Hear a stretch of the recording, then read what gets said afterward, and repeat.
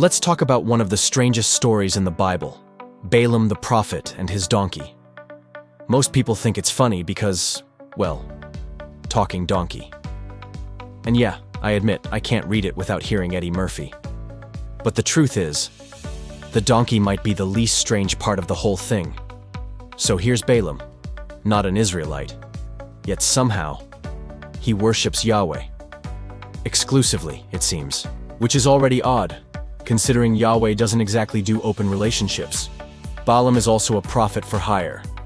That's right, he charges money to bless or curse people. Except, if he only talks to Yahweh, then what's the point? You can only get a blessing or a curse if Yahweh signs off. So why call Balaam at all? Especially if you're not on Yahweh's good side? But King Balak of Moab doesn't think this through. He sends messengers to hire Balaam to curse the Israelites, who, by the way, are Yahweh's people. So already this is like asking a McDonald's employee to sabotage McDonald's for Burger King. Balaam checks with God. God says, "That's a hard no." Balaam says, "Cool," and tells Balak's guys to go home. But Balak doesn't give up. He sends a better offer. More gold, more prestige. And Balaam, because apparently Yahweh worshippers still haggle, says, let me ask again. And this time, God says, "Yeah, sure, go ahead. Just say what I tell you." Because apparently even God respects a man who holds out for a better deal. So Balaam gets up in the morning, saddles his donkey, and hits the road. Now here's where the story goes completely off the rails. God, who just said Balaam could go, suddenly sends an angel to kill him. No warning, no explanation. Just, surprise! I've changed my omniscient mind.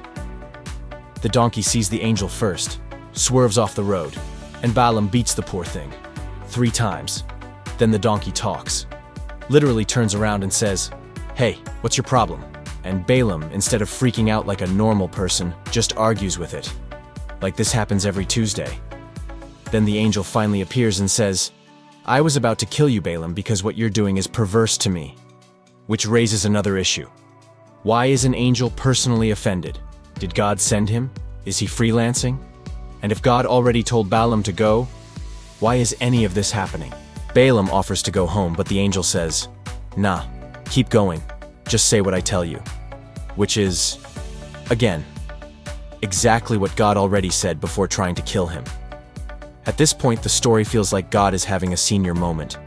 He says go, then don't go, then almost kills Balaam, then tells him to go again with the same instructions. The donkey's the only character making sense. So Balaam finally meets the king, accepts the payment, and then blesses Israel. Not once, but 3 times. Each time the king gets mad, and Balaam's like, "Hey, it's not my fault. Yahweh hijacked my mouth." And the king just lets him go. Really?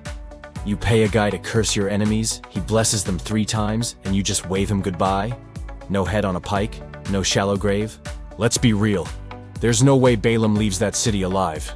But if he does, it makes Moab look weak. Like they were so desperate for peace, they hired a prophet of their enemy's god hoping he would sell out. And instead, he blesses the invading army while mocking them, and they just take it? So yeah, the talking donkey is not the weird part. The weird part is that everything else makes less sense than the donkey. Thanks for watching. See you next time.